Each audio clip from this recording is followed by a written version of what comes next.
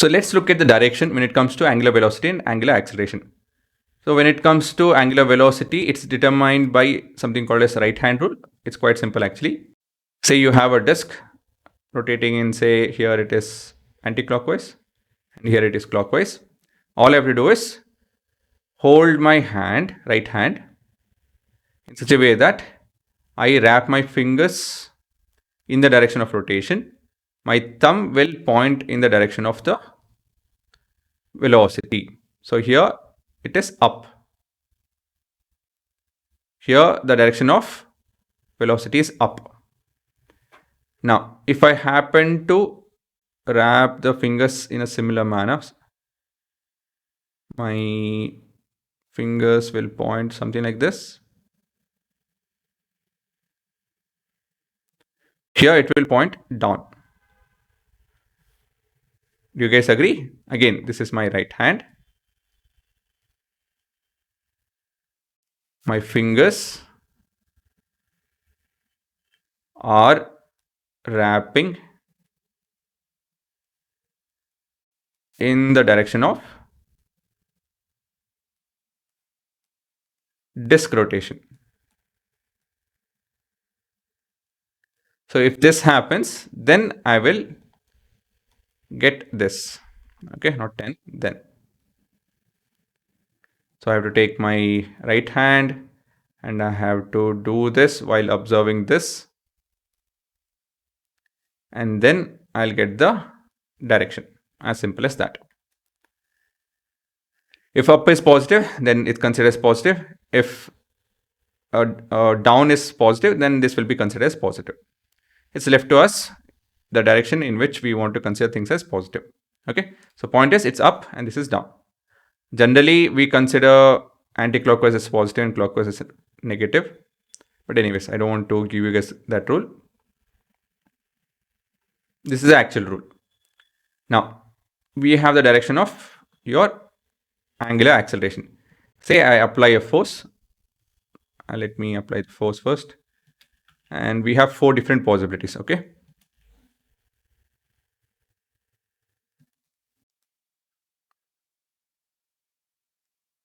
Yeah, if I apply the force, making it go faster or slower, that depends actually. And this is your omega. Actually, I should have done this before only.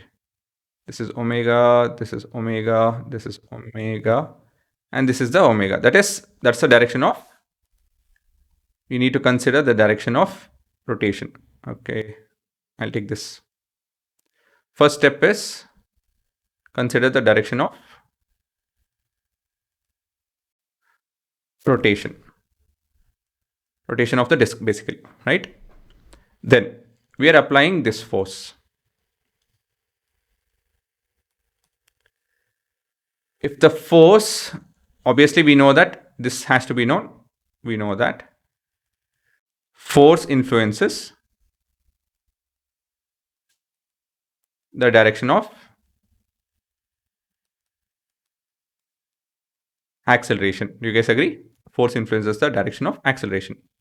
So in this case, the direction of acceleration is, I keep getting confused, anti-clockwise.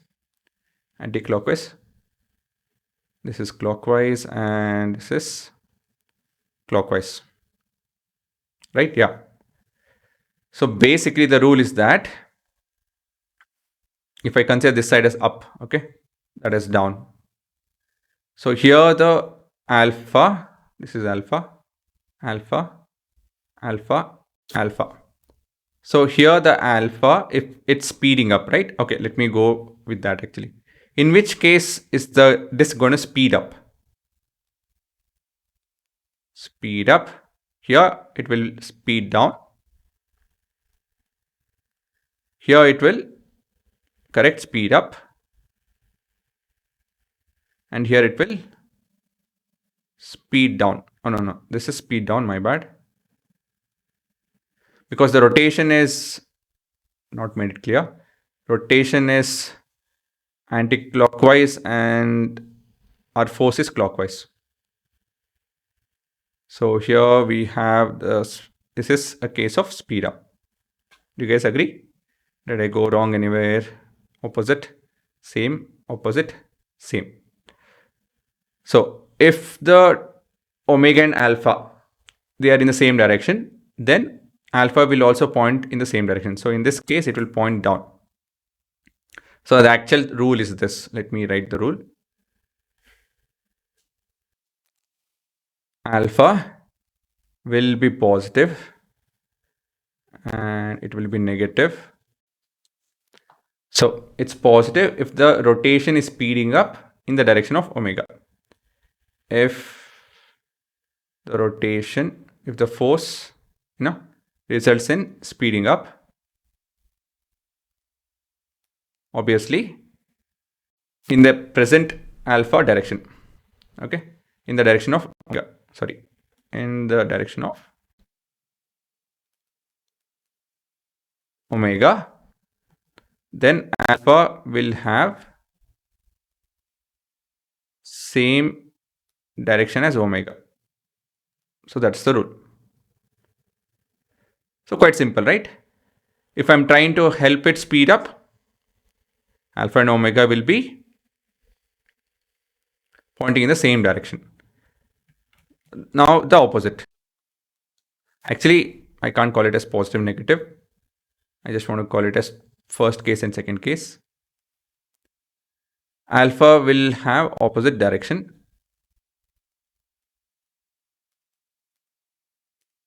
If the rotation slows down.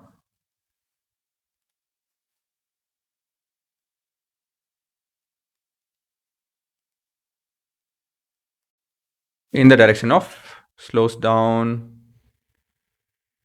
in the direction of omega. Okay, slows down actually.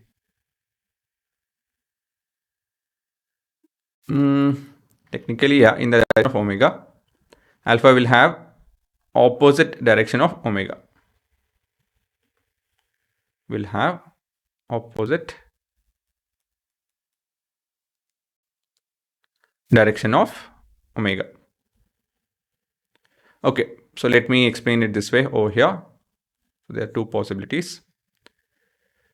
So here, if I use my right hand rule, so this is pointing down.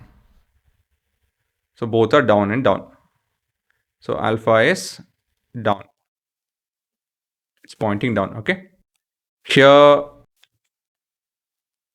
it is, the omega is pointing, wait. Where did it go?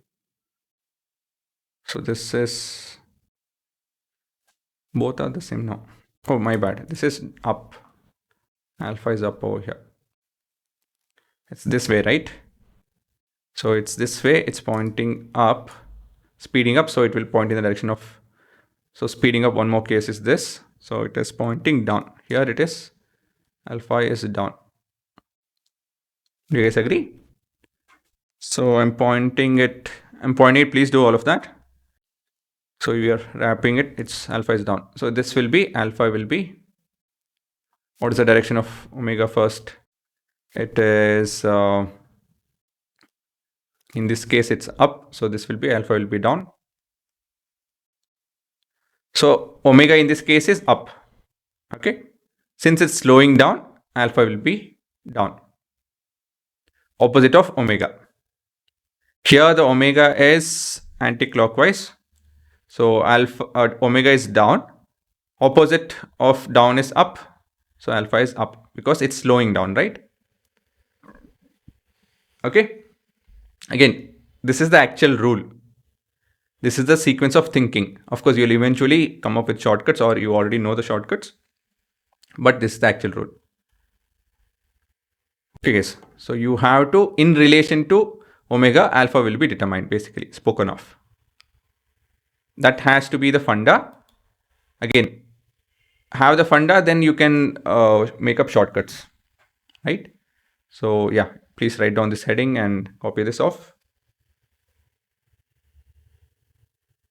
First, write down the right hand rule.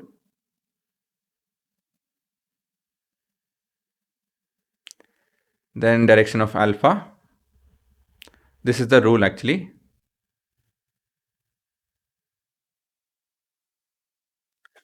sorry, this is the direction of rotation in this case. So if it's clockwise or anti-clockwise and stuff like that. But anyways, this is the actual rule.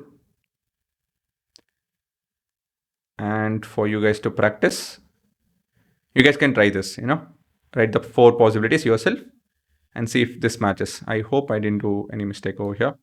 So this is the first step, direction of rotation. Then you consider the direction of rotation. And then you look at if it's speeding up or down. And finally, you'll be able to determine the direction of alpha.